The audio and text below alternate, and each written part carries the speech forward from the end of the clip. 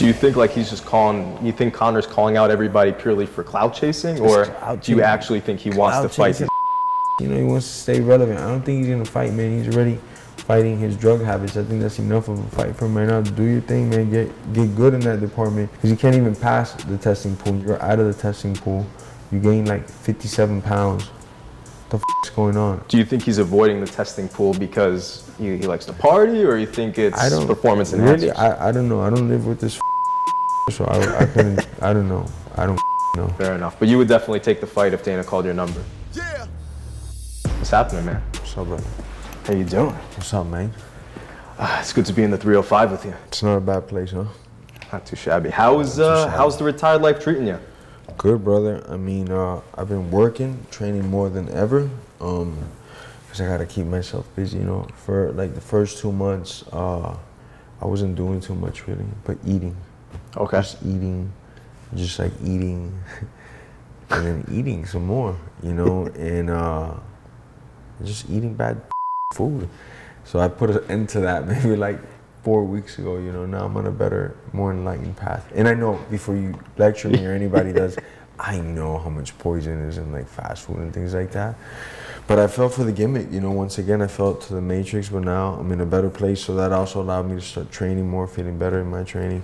So that's what I've been doing, just promoting the fights, training, eating healthy. What are we talking about as far as vices go? Be Mickey D's, KFC, Chick-fil-A? In the same night, bro. That's the same night. Yeah. Those are Bam Bams. I'll end up at Checkers, get like the bucket of fries. Then, I don't know, I'll drive to like Popeyes, get the spicy chicken sandwich. I'm crazy like that, bro. So talk to me a little bit about the 170s right now. It's your old division. Maybe your thoughts on how the welterweight belt's going to play out between Leon and Colby. Colby's a bro, so he's going to straight up lose. He's going to find a way to lose, man. And I think Leon just has to be careful that they don't get into wrestling exchanges, because Colby could hold him down, potentially, make it the most boring fight I've ever. Just hug his leg, sniff his crotch, his man parts, just have his nose in his armpit and just breathing on him so he can't hit Leon and Leon can't hit him, you know, just neutralize the both of them. That's probably what he's going to go for, you know. So hopefully Leon's been getting ready for that, could stop that, keep the fight on the feet, and then if he keeps it on his feet, I predict easy knockout for Leon. Like, Leon stops him at some point.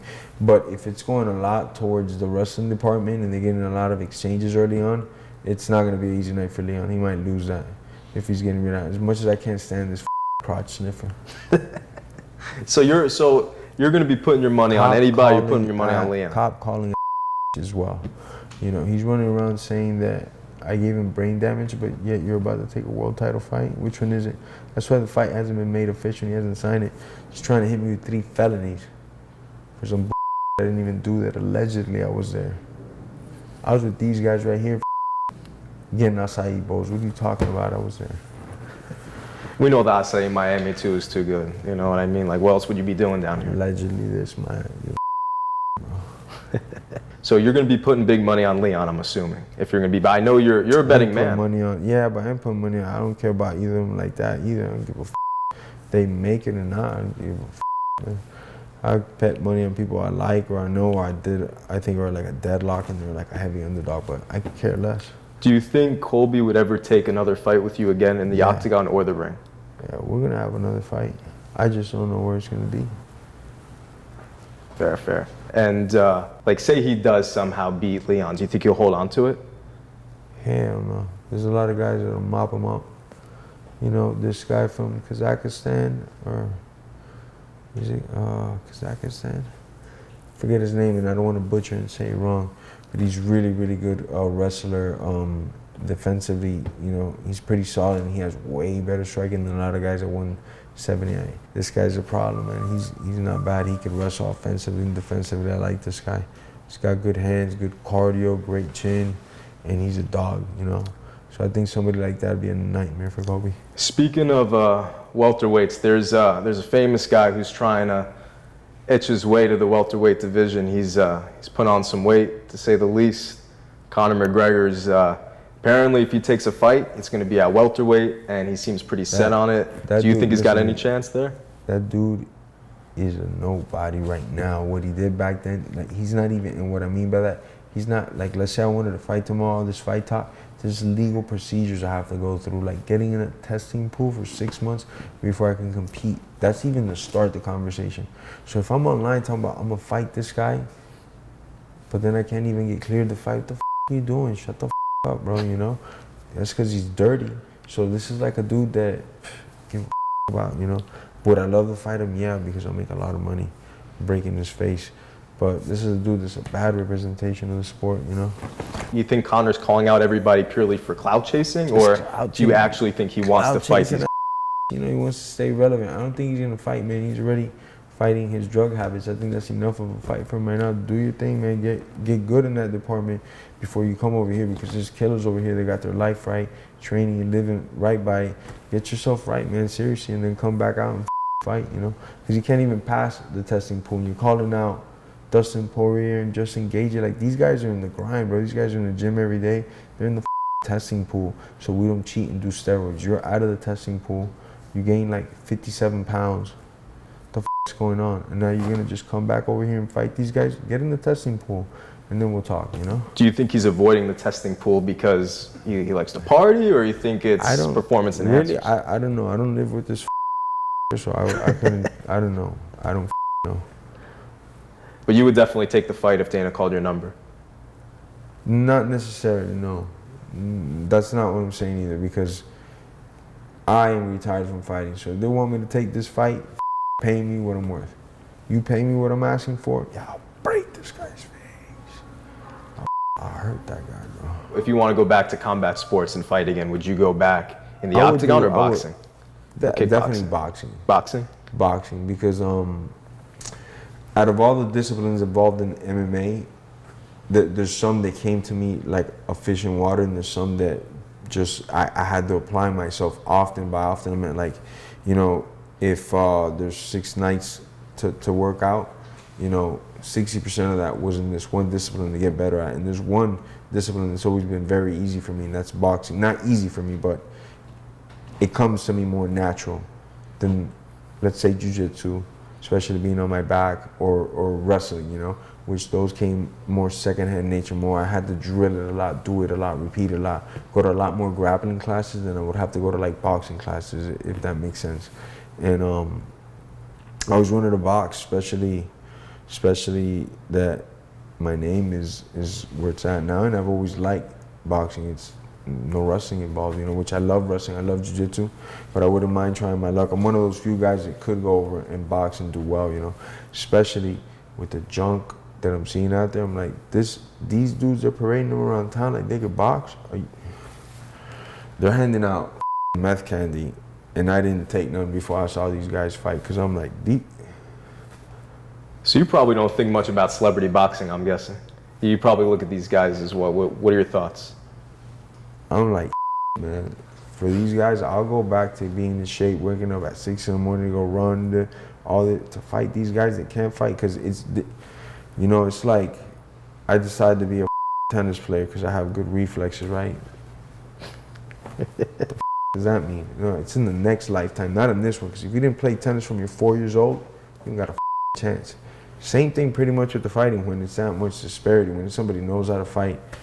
Compared to guys that just started fighting, I feel that I could, and they're all wealthy, so it wouldn't hurt them, but I would rack up the hospital bill on them. Are you talking about guys like Jake Paul and all of them? About all of them. Just put them all in one thing, you know. I'm not talking about the guy that has 100 amateur fights, 34 professional fights, that just like me dedicated his life and craft to that. These are guys that didn't do that. You know, they went and got famous off something else. Now they're trying to do combat. I'm with it, you know. I'm not a boxer, but I got these guys. If you could fight anybody again right now, like say you get back into the ring, who would it be? I would like to fight Usman with a proper training camp, like 10 weeks. I would definitely say Usman. You know, the first fight was 6-day notice. The second fight was a month. I feel if I'm gonna beat a guy like Usman, I need like 10 weeks minimum to prepare for that animal, you know? So I would say Usman. And that first one, like you took that on very short notice. Yeah. I watched the Fight Island documentary, and like the weight cut was Brutal. insane. It was Like, tough. did It you was tough. like you nearly like died from that? It was like crazy. Not I dying, mean, that's a little you know? extreme, maybe, Yeah, but you know. like you get very lightheaded. You know, I say it like lightly, but you'll pass out, you'll faint sometimes, you know, and it's just like, all right, what am I here for, right? To fight, to make this weight, because I signed the contract like a man. I'm gonna make this damn weight, and I'm gonna go and fight, or am I just gonna give up on the mission, you know? Because I'm the type of a dude.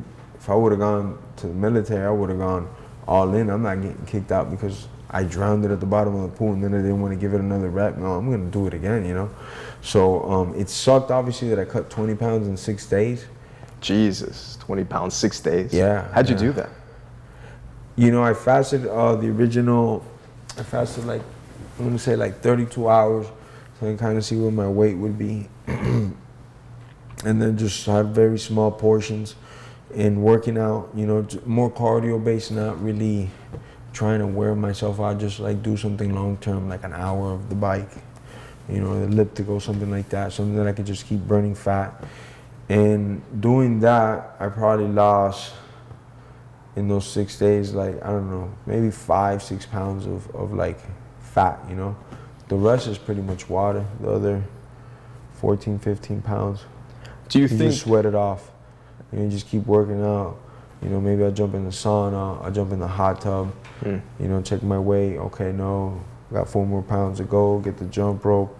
Jump rope as long as I can with the sauna suit on. Take that off, go into the sauna another 5, 10, 15, 20, I don't know. Because the last 3 pounds that I lost took me longer than the first 17 pounds that I lost. Because the last 3 pounds took me like just 5 hours to shave them off. Of just, imagine, I'm not sweating, I'm going in the sauna 15 minutes and I didn't sweat nothing because I'm so dry already, my body's not releasing. So you have to get your core temperature so hot that finally your body, boom, lets out those last couple ounces, you know, so it sucks. It's not fun, but I've been doing it since a kid, so it's also like second nature to us, you know, to the fighters, like, all right. So let's talk a little bit more about, like, I think your origin story with fighting. How Kimbo discovered you. Like, I think everyone knows about your story going into street fighting, backyard fighting in Miami, but how, like, what were the steps to even like get there? Well, I was already fighting often in the streets around here. I had a little bit of fame for that, like this young buck that has like quick hands, you know, whether it was betting or not.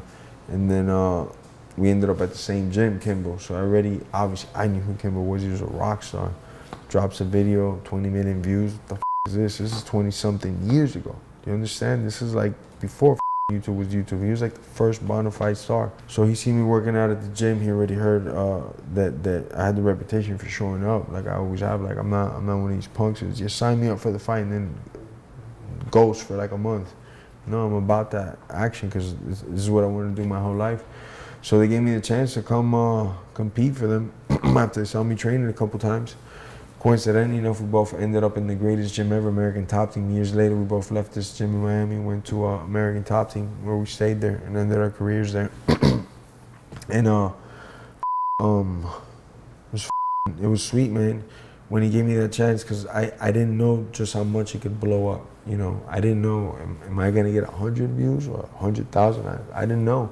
You know, I know Kimbo was doing that and they were gonna show the video. I don't know if they were even gonna show the video. So some time passed before they dropped it, maybe like a year and change, 2 years. I don't remember exactly, but from when they recorded to they dropped it, it was some time. And I first seen it and I was like, oh snap, finally they dropped the shit. All right, cool, I saw it on YouTube. I don't know, 1,000 views, 500 views, nothing crazy. It was like a week later, 300,000 views. What the f? This movie, before I knew it was in the millions already. And that right there opened up and did a lot of good for my career in many ways with the fans and the people of the sport. Now with promoters and stuff, it kind of backfired on me in a lot of ways. But with the fans, it really let them get to see that side of me. I mean, they could have just kept that video at the same time, you know. Icy Mike and his crew could have been like, oh no, just keep this video here for whatever reason. It didn't make the cut. Nobody would have seen them fight, you know. And that's how it started. Icy Mike and Kimbo's crew, and I'm forever grateful for them, you know. For a long time, it didn't matter how many wins I had in the UFC. People would recognize me for the street fight that happened 15, 16 years ago than over a fight that had just happened like a year ago, you know. I remember I fought Donald Cerrone in Denver. I won. And on the airport, on the way back, and I headlined this thing in the arena, in the big arena in Denver. I'm heading back in the airport, and some guy's like, man, you used to fight in the streets, right? And I was like, yeah, oh my gosh, Jorge Mas. I had no idea that I had just fought and beat Cowboy, but he knew me from that street fight. So it's something that I always wanted to also give back to the people that fight, because these are the greatest fans. They see you take the worst beatings, you'll give the worst when it's barehanded. They see all that pain you go through, so they start with me. So and they're your inspiration behind starting everything you just started with bare knuckle. Definitely a big portion of it where I took that. Look, Kimbo didn't have to say, you know. And then after that, they took me out to like the most ball. At the time, I was like a hood rat, you know. So I'd never been to like a fine dining place in my life, you know. Nothing like that close to it at this point. And they take me out to this dinner, and it was like wild, bro. It was like type of dinner was like $500-600 a person. One of the best steakhouses in South Florida. So Kimbo took me there and his crew, and I was like, this is crazy, bro. They're just so cool for no reason, you know. They gave me some money too for competing, took me out to eat. So I always felt like I had to give that back, you know. Give somebody the shine, the platform. Not come in my platform, perform, get after it, change your life, you know. Because there's a lot of people watching. You know, they're watching for the next star. They're watching for the next guy that's a ruthless animal that's gonna get in there and do his job consistently, you know? So, I mean, here you go. I wanted to do the bare knuckle, which is also the closest thing to raw combat, you know? And by that, I mean, if me and you get into a disagreement, there's no gloves, there's no like, wait up, I'm gonna put my, well, there's a mouthpiece because I wanna keep these guys safe, but you wouldn't have time for all that, you know?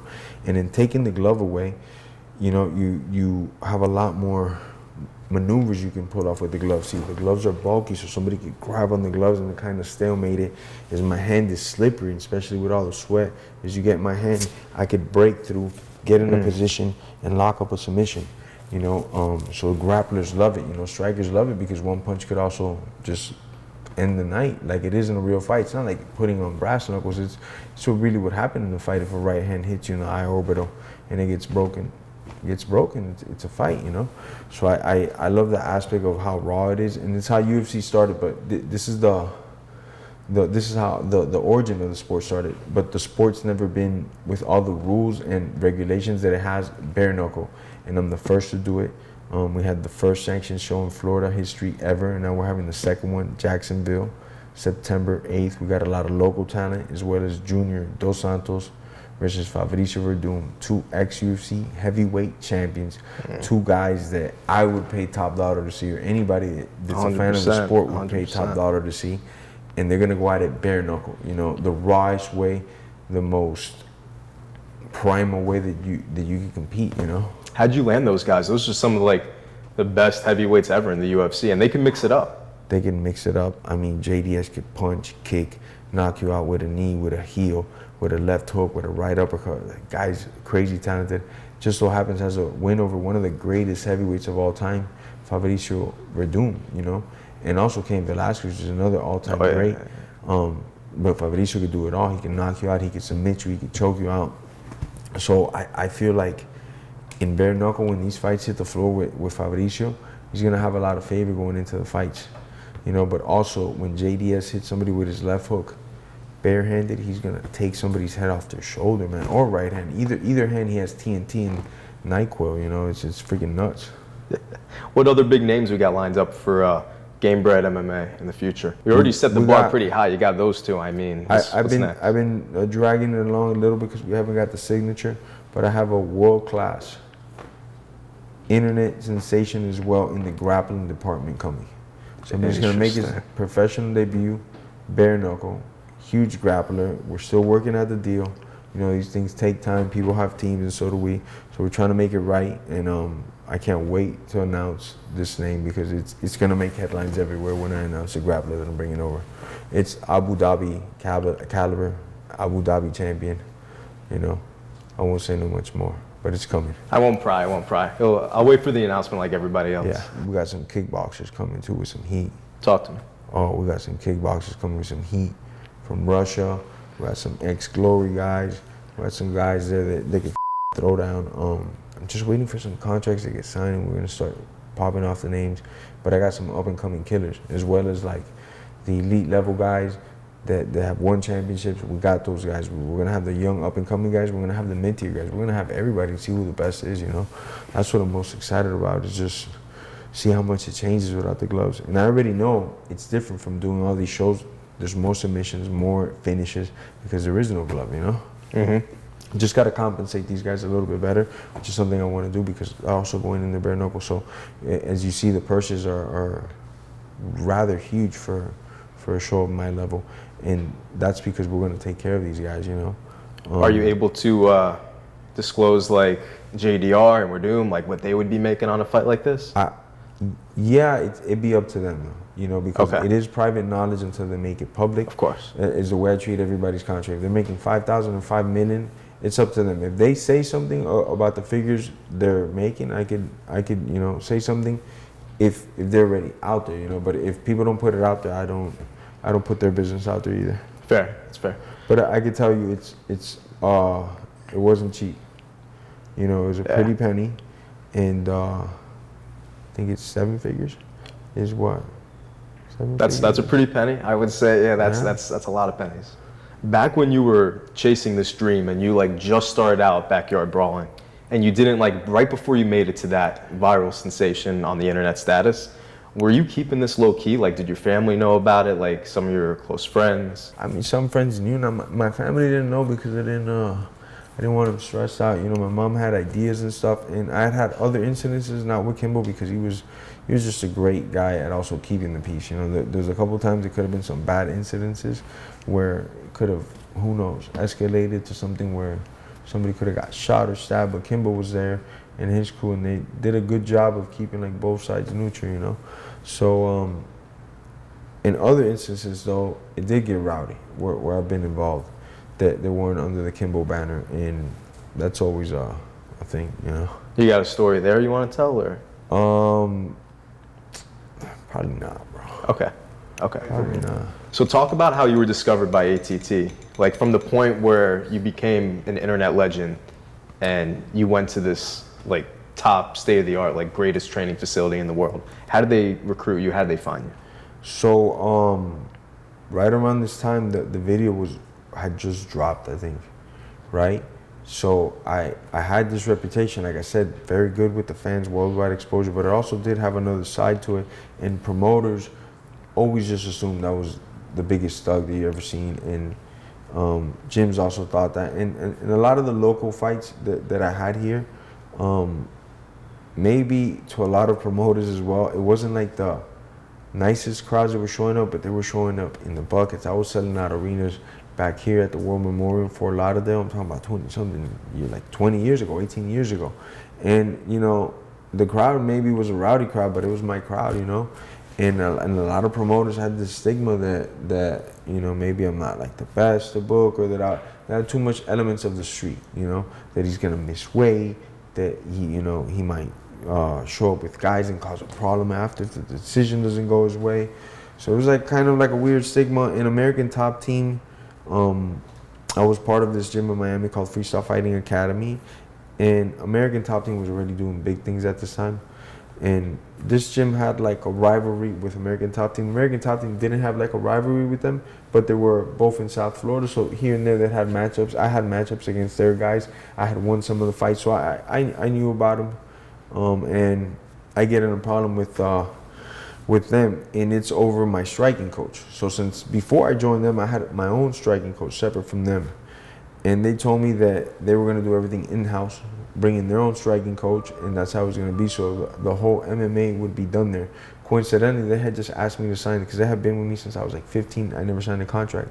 I was 20. They asked me to sign a contract for the first time, and I did. And as soon as I signed that contract, they dropped this on me. So I was hurt, man. I was like, nah, you're going to rip that contract up. My striking coach is my striking coach. I'm staying with this guy for life, still with him to this day.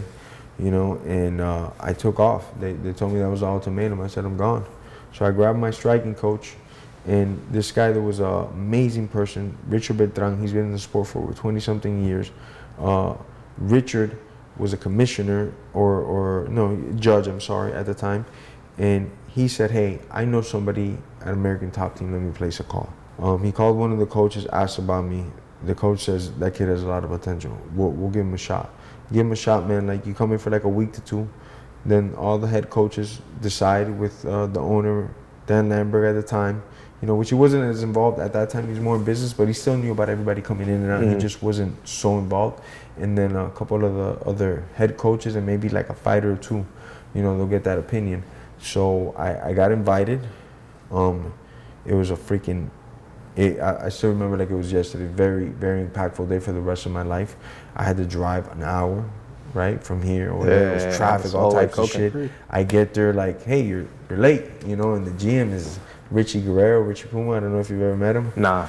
Biggest or the coolest person in the world. It just depends on you, right? He's like, you meet him, he's sunshine or he's a thunderstorm like you never seen. So I was late. I already got off to a bad impression. Now they gave me the chop, this and that. Well, did you bring your gear? What, princess? Yeah, I actually got it. Nobody's talking to me like that ever in my life. But I'm like, yeah, I got my gear. All right, well, get on the mats. Let's go. What are you waiting for, cupcakes? Come on. Class is gonna wait for you. So I get it. It's that type of vibe. Like, don't be late. Don't with the times. You're like, we're here to do work, and I loved it. I got on the mats, and at this time in my career, I had faced ex-UFC veterans, guys that had gone to the UFC and then got cut, or things like that. But I had never faced a top 10 guy in the world. Let's say at the time when I got there, I was like number 110 in the world or some shit. And I've never even trained with a top 15 or top 10 guy in the world. I don't know what that even looks like. I've never done it. So I get onto the mat in my weight class, is either arguably at that very moment the number 1 or number 2 guy in the world. Marcus Aurelio had just tapped out Takanori Gomi in Japan, choked him out, and he was either considered number 1 or number 2 just because of that victory, and he was on a long winning streak. We had Dean Thomas that was number 4 in the world. He was in UFC, kicking everybody's ass, doing crazy shit. And then we had Jesus Cavalcante, which was the number 3 in the world at the time. He was a champion in Japan at this promotion called Heroes. You heard of Pride, I'm sure? Yeah, oh yeah. Something like that, Yeah. They had also Heroes, and he went in there. That's old school. He became, when they were doing tournament champions, you would have 3 fights in one night to get the championship. This guy did it 2 years in a row, won 3 fights in one night. Complete animal. So I had all these guys in the training room with me, and it was the first time. And back then, now the sparring's a little bit different, where coaches got more science and they understand you don't have to go hard every day to get to the next level. There's days to go hard, there's days to taper down. Back then, the rule was go hard. Just go. When you were early in the game, did you ever have multiple fights in one night like that? Like, did you ever have like a back-to-back-to-back night? I wish. Only in the streets, but in the professional setting, right around that time as I was trying to get in those type of fights, that was already like dying off. Okay. Where Japan was doing it, I could have had the chance in Japan, but I just didn't look at it, that I didn't get to compete in the tournament. There was numerous fights in one night, but that was always like a dream of mine since I started, because that's what I grew up watching. But slowly and surely, now maybe, I don't know, I want to say like maybe 5% of the whole MMA fight world might be doing fights like that I see take place in the same night. So as I was climbing up, those were going away, but that was always on my bucket list. Actually, it still is on my bucket list. If you got some top 10, top 5 guys, throw them in a thing. Yeah. Put us in a bracket. Put like $10 million for the winner. I'm in. Boom. I'm in. I'll try to set it up. Go ahead. No, honestly, that's what about you? What if you did that in bare knuckle? What if you We did have a bracket? lot of ideas like that. Can't do it in America, but we have a lot of ideas overseas to do this, but do it right. Obviously, we'll have a commission and a lot of things in place, but the U.S. Makes it very tough if you're gonna have multiple fights in one night. How long did you live in Japan for? So I would fight. The first fight, I went maybe 6 days before my first fight, and I was out of whack. It was like everything was upside down for me because I just when I arrived there, and instead of something that I learned for life, wherever I get to, If they're sleeping, I'm sleeping. And wherever I get to, if they're awake, I'm awake. And when I got to Japan, I was so, you know, I want to say it's like a 20-hour flight. It's something crazy, man. It was the first time it threw me off so bad. I immediately recognized, hey, I need to come here way before. So I would try to come maybe like 10 days before to 12 days. Maybe the most I ever got was like 14 days. And then I would try to stay about a week after my fight, you know, if I could. Sometimes I didn't, but sometimes I got to stay as long as like a month straight. And that was pretty cool. Well, you got any stories about just like living in Japan, going anywhere crazy? Any crazy Japanese stories you got? This one always comes to mind because it's like, it was so like, I still remember so this is like one of my it's always my dream to fight in certain places. This is it right here. This is Japan. And for my weight class, they pay the most money or close to it. And it's just a lot of prestige. This is like winning a Kentucky Derby. This is the French Open. This is very prestigious, you know. So I land this contract, I get to Japan, I'm like, I can't believe I'm here in the land of the rising sun, all these warriors and Bruce Lee, bro. Bruce Lee's Chinese, I know. And I turn around, I see a vending machine, and there's like pantyhose in the vending machine. I was like, what? Same thing I said. I go, okay, I don't read Japanese though. And I'm like, but there's girls on these like things, you know. Like there's a girl that's there that has a picture, and damn, maybe those are the panties she's selling. They're selling panties over there that girls had worn. And that was like the second or first thing I noticed in Japan, and that forever soaked me. Oh, those are like not like, for girls that need panties, like girls who already wore them and they put them in the vending machine. And then they sell them on the vending machine. And it's like they're fragrant and scent. And like, this is not like, Google this. One of the smart guys over there, go Google it real quick. Pull up all the shots on the screen and show up all the vending machines that had this in Japan. It was nuts. I was like, this is crazy, bro. What's going on over here? I bet that's a business empire. How much were they charging for a pair of panties? I don't know. I didn't get that far because I couldn't understand the thing. And I seen people buying them and stuff. And then they're gone, you know. But the food was amazing. I'm going to say the food is maybe the best food in the world. Maybe it's from Japan. I had some stuff that I've never been able to have in my life again. I haven't been there in a while. So maybe, look, now that we're on the thing, all the promoters or anything, you want to do a show over there? You want me to come over there, do a show or a seminar? Hit my boy up, get in touch. Let's go. I like it. I need a reason to go to Japan. I've never seen a cleaner street. Imagine like New York City, I don't know, freaking the busiest street, right? Just like that in Japan.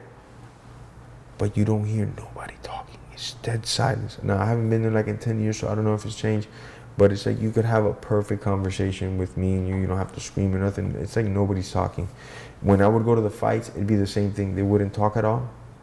And then you could hear your coaches talking, and then they would only ooh and ah all simultaneously. So if I hit like a move, and they're very knowledgeable in the game, so if I hit like a move, even if like to the common people didn't seem like it, these people knew, and they'd be like ooh, and then the whole crowd will know ooh. And amazing experience, amazing, you know.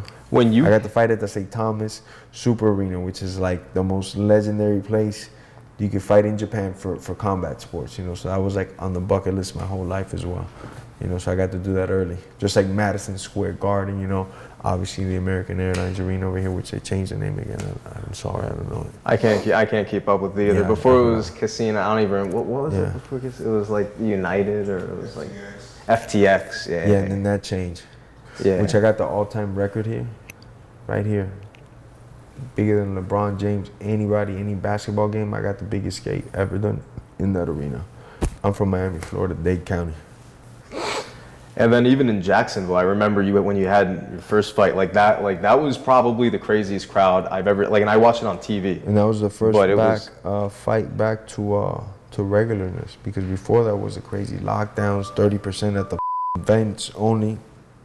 We went full throttle, full capacity, you know. So that was another big thing that I definitely want to be a part of, and that I got to throw the first show like that and be a part of. It's amazing. Obviously, I didn't like the results, but that crowd was nuts, bro. That was your first UFC fight in Florida, right? That was my first UFC fight I fought in Orlando. That you headlined. No, you're right about that, about headlining. But I fought in Orlando, and for the UFC, and I think that was it. 10 years I was I'm trying to think maybe. I don't know, but no, just Jacksonville and Orlando. While we're on the UFC, let's want to talk to you about some trending UFC topics. A lot of people right now are comparing Derrick Lewis's flying knee knockout to your flying knee, like two all-time great flying knee knockouts. Very similar. How are you ranking that one next to yours? Well, I faked left, went right. He faked right, went left. Covered an immense amount of distance. Shot it out of nowhere. And I was looking at him as he was about to take off. And now the guy that he's doing to is no slouch in the kickboxing world. He's a teammate of mine, friend of mine, great stud. He didn't look it like that night because obviously he got caught early. But that guy's a beast in his own right, you know. So that he caught him only makes it that much more impressive, you know. Obviously, I ranked Miney way, way better because it was one and done. I didn't have to do nothing. That's it. I didn't have to throw any more punches after that one knee. My guy was pronounced dead. He was asleep, and he's been talking recently. I've been seeing he's like, oh, I want. He's always talking. Not recently. That guy's always talking, bro.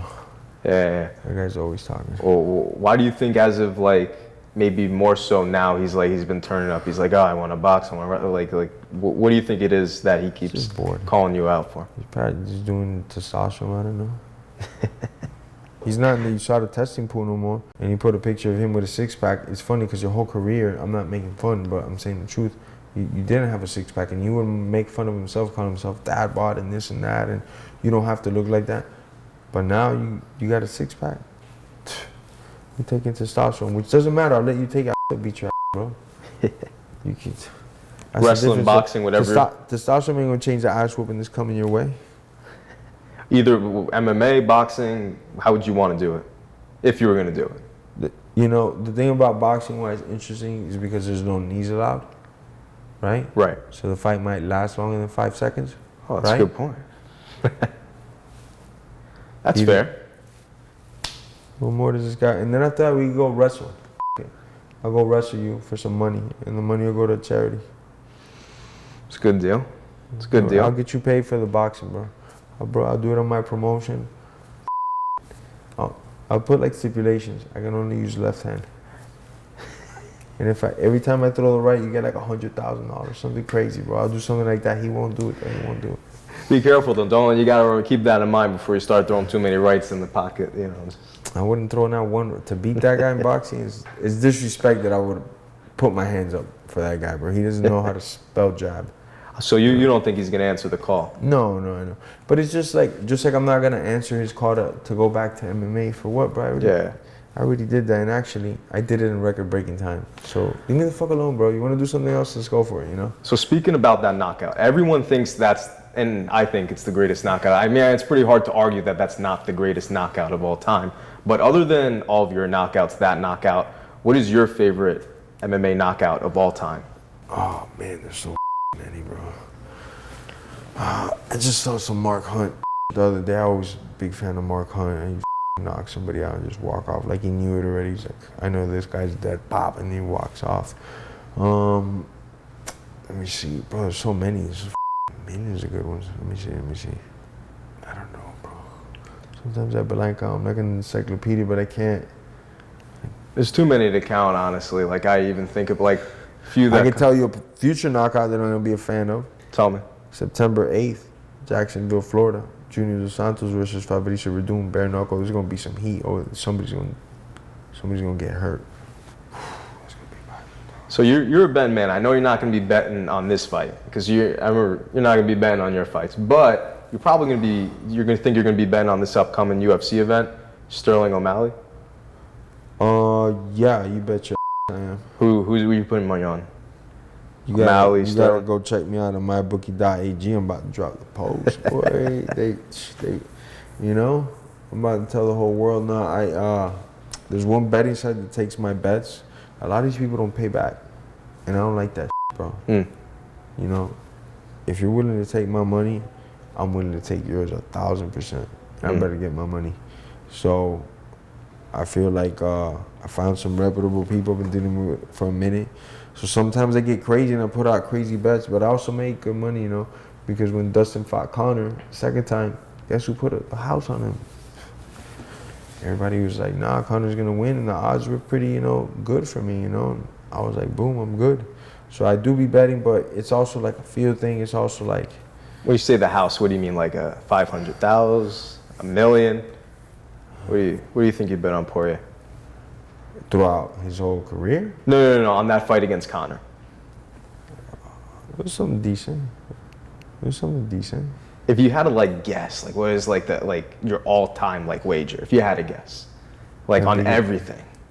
Oh, I bet. I know an exact number. I like the most money I've lost. No. Like so like what like wagered meaning like like your overall like if you had to guess like the total amount of money you've placed on bets, like win or lose, like the initial money. Yeah. Oh, I could get up there to an extent. Yeah. 7 figures? Maybe not. Maybe not. Maybe like 6 figures. Okay. You know, high six. High sixes? Yeah, to mid sixes. Okay. You know, I've also here and there hit some nice licks, you know, to counter offset that, you know. So I'm not complaining. I mean, you sound like you placed your money in the right spots if you're picking Poirier, McGregor. Sometimes, yeah. And then I put a lot of money on Poirier now versus Gaethje. You know, I thought he was winning that first round, heard him, was controlling the fight, and then boom, it's over. You know, it's just fighting. That's why I love it, and that's why I hate it, man. You know, I don't know as much as I think I know. Like, don't follow me for betting because I'm not the dude for that. So as a UFC Hall of Famer, as a fan of the game, who would you rank in like your top 5? Like this is such a fan-centric conversation, but I feel like you're a big fan of the game as well as like obviously being an all-time great. So who would your top 5 MMA fighters be all time? Talk about a couple guys that definitely be on that list because I think they'd be able to, you know, all-time great means that, you know, at this phase they were great, and then fast forward 10 years with this new generation, could they be able to hang? Did they have that skill set? Were they a good athlete? All those things taken into consideration. Some of the best fighters I've seen are Demetrius Johnson. Wow, this kid at one point was just like, he could literally do it all. Nice check to it, like, good job, man. You could kick well, punch well, timing's well, conditioning's well, submissions well. He submitted Mundial champions in Brazilian Jiu-Jitsu. He tapped those guys out in a fight. That's crazy, man. Now, is he gonna beat those guys with a gi? Probably not. But that he could tap those guys, it shows a lot. Jose Aldo is one of my all-time faves because he did it for the strikers. He's the guy that had it locked down. They couldn't take him down, and if he did, his stats for getting taken down and ridden down, it's like amazing, you know. Like I always wish I had a little bit more Aldo in me like that I could wrestle at that level because he's a cat, but he was just a nightmare to deal with. To either get that guy down or keep him down. Then on the feet, I think he's one of the best still featherweights ever to compete, to tell you the truth, you know. When it comes to being like technical, athletic, powerful, he had it all. BJ Penn's another favorite of mine that I think could beat anybody on the right day. And he would do well in any time, you know. Back then, he was way ahead of the sport. He was like a triple threat. You know, he could wrestle a little bit, had world-class jiu-jitsu, was the best jiu-jitsu guy in the world, and had crazy hands. You know, so I think this is a guy that, you know, if he was born nowadays, he'd be running through people, you know. So I'm gonna go with those 3 right there. Some of my favorite. Anderson Silva, obviously. So yeah. GSP, you know, John Jones. I mean, there's so many. There's Henry Cejudo, bro. I'm a huge fan of Cejudo. So to say 5, it's like underrated because people give him a lot of like people don't like Cejudo, like the cringe. Yeah, but the he's triple so C, but good, he's man. He was that close to winning the title right now. And funny stories that actually he was training at American Top Team right after he won the gold medal. He was doing sparring rounds with a good coach of mine. There was an Olympic bronze medalist and 3-time world champion in wrestling. Henry had just won the gold. So imagine these guys are sparring, and I'm watching this. It was the craziest. It was the best, you know. But yeah, Cejudo's another guy that's a stud, bro. It's a beast, man. You know, he definitely would be in my top 5. John Jones, you know. There's a lot of guys, man. Izzy is amazing, bro. He's making it look too easy now, you know. Let me see who else. Khabib Nurmagomedov. A lot of people give Khabib kind of because they think like he walked off too soon from the UFC. Do you feel like he earns like a spot at being like a top 5 of all time just because of like how great his record was and like all he did during his time in the UFC, or do you feel like you're with those critics who are like, nah, he should have stayed longer? Here's the thing. you know, fights are like subjective. There's a lot of people that think that Jordan Jones has like 1 or 2 losses on his record because they're like, no matter what, I think so-and-so won this fight. And there's the same thing of Khabib. There's some fights that you could be like, oh, this guy beat him. Maybe he got lucky that night in this decision or whatever. But what really counts is like what he did as a champion and things like that. And man, I mean, he started off with I like Quinta Mavid. It was like a competitive fight, but then after that, he just kept rising and getting better to the occasion and finishing guys. So that's where you gotta really microscopic look at him and be like, who was he beating and how? And he beat some good guys for that, defending the belt, you know? Beat some really good guys that I thought even stylistically, like a Justin Gaethje would have given him trouble, and he handled him so easy. And Justin Gaethje could wrestle, man. He's a good defensive wrestler, heavy-handed. So that shows you like Khabib, when he's primed up and ready to go and he's had his time to prepare, could just about manhandle everybody. If he was able to do that to Gaethje like that, he's a real problem. So I definitely rank him high up there. Now, did he cut off short? I also can't hold him at fault because my dad's been a huge part of my career, and thank God my dad's still alive, you know, but my dad's very inspirational and he's done everything in the sport. Why keep going? You know, maybe the sport reminds him of his dad. I don't know, but it's like a tough situation to ask somebody to do that, you know? I feel that family, obviously, like some things are obviously just bigger than the game. Like, you know, if for him that's like doing the right thing, like how can you hate it? You know what I mean? I mean, the guy's like honoring his family, his mom wanted to do. You know, he already did everything he had to do in the sport, defended the belt, I think 4 times. A couple of those were by finish, which is impressive. You're doing it to the best guys in the world, the #1 contender, #2 contender. You know, and then after that, that's it. You know what more you got to do? A lot of people think Islam is like the second coming of Khabib. Do you see it that way? Like, do you think like he has the potential to be as great as Khabib, or? I think, no. You know, ultimately time will tell, but I would say no. I don't think he'll be a Khabib. I don't think he's maybe as good as atrocious as Khabib.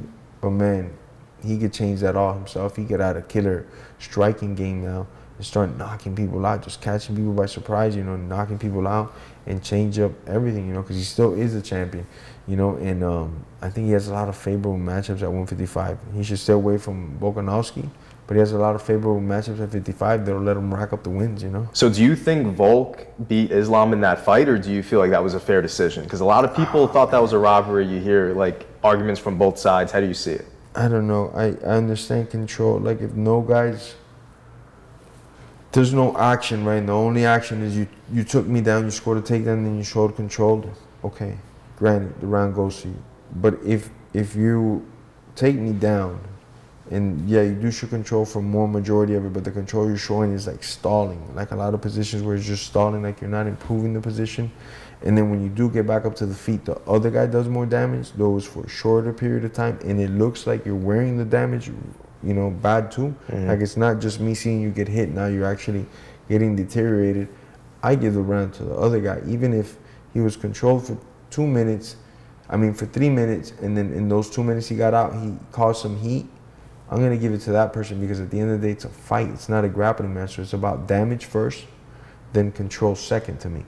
So, you know, if I take your back for 4 minutes and I couldn't hurt you, it's different than if I took your back for 4 minutes and I'm punching you from the back and I'm rocking you and I'm putting submissions in and threatening you. That's a 10-8 round. That's a 10-7 round, you know. That is a different story than when somebody's just like gripping onto you, not doing no damage, just like, okay, I got to take them, but what are you doing with it? Because this is a fight at the end of the day. This is not the ultimate hugging championships. This is the ultimate fighting championships. So you have to fight. You have to give the crowd what they want. You either go for the submission or you go for the knockout. Or you win a masterpiece of a fight, but you make it entertaining. You give it as much as you can. So, you know, I give it to Volk, you know. Fair. I think a lot of people had it. I'm not going to lie. I had it that way too. Yeah. But that's what I was rooting for, so I'm a little biased. Damage racks up a lot. You know, you drop a guy, okay, that's a lot. That says a lot.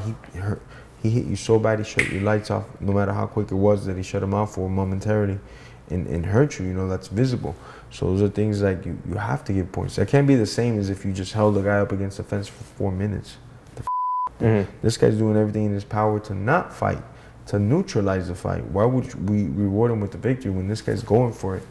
Lands a blow, you know? I'm with you. Hey, man, it was great having you on. Yes, our first guest, man, a legend. This is awesome. Yes, Sure. My guy.